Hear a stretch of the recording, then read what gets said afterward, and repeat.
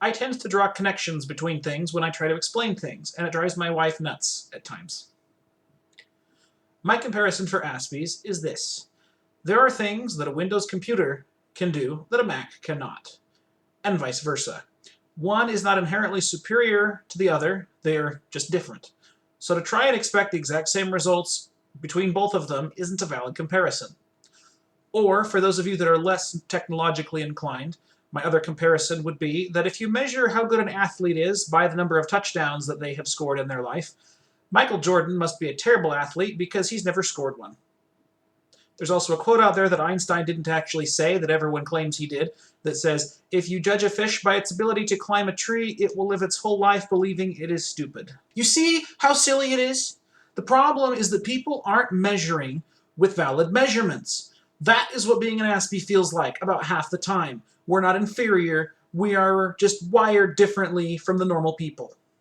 If you measure our success by how many friends we have, which sadly is usually the case in school, then yeah, the results are going to stink. Aspies struggle with dealing with people, but that's not their only defining trait. In lots of video games, different characters or things always have different stats. This makes the game a lot more diverse, since you have to pick stats that match your style. Should I fight as the robot that's big and slow, but hits really hard, or should I use the zippy little guy with a pea shooter that's annoyingly hard to hit? Should I race as the tiny person that can take the tight turns, or the heavy guy with the better speed? My theory is that people in real life all have a stats screen, and everyone has a stat pool that is balanced when all's said and done. You just have to figure out your own stats and adjust your real-life playing style accordingly. Aspies are no different in this regard. However, we are different in terms of where our strengths and weaknesses lie. Here's the part of the breakdown. We tend to have extremely high intellect, among other superpowers. Pattern recognition and understanding of logic-based information comes easier to us than most.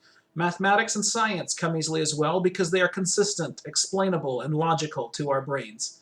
If you give me a big hairy math equation, there's a myriad of different ways I can go about solving it, but all of them, if done correctly, should arrive at the same answer. This explainable, consistent result is comforting, satisfying. It just resonates with us. It isn't inconsistent. It's not unpredictable. As opposed to, say, emotions. For me, emotions are an invisible force that surrounds people. Kind of like the Force, but less cool. In my brain, emotions, while being mine, are more some intangible asset that I have ownership of. I feel connected to them, but I can put them in a box and put them away when not in use. And this is why it's so weird when they show up again on their own anyway and stealthily start polluting my thinking process. To quote a friend of mine, we don't need drama over silly things that don't exist outside of our head, even though we have to deal with such drama among our less practical peers. It seems like such people manage to bring these annoying emotions out anyway, despite our best efforts.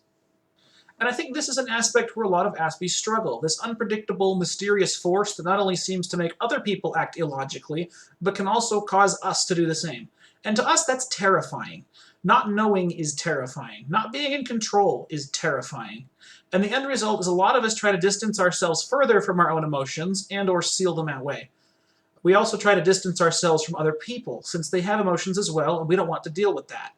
In my own case, I turned to video games. In elementary school, I had very few people I would consider friends, so I would imagine myself some. Mario, Luigi, and the gang would never make fun of you or call you names. They're just happy that you're there, and you can be your nerdy self around them without worry. The result is that I spent way more time with digital or virtual friends and less time with real people. So I got labeled as an outcast by my peers, which also was a slow drain on my self-esteem. Eventually that corroded itself into depression, and I even turned suicidal for a time. Which is another point here. A lot of us are actually super insecure. We have varying levels of success in hiding it, but even today, 10 plus years later, I still have my days where I doubt my own worth. I'm not sure if there's a direct link between that and Aspies, or if it's just a side effect of trying to handle these emotion things. I'm Trev-Bot, and these are the Diaries of an Aspie.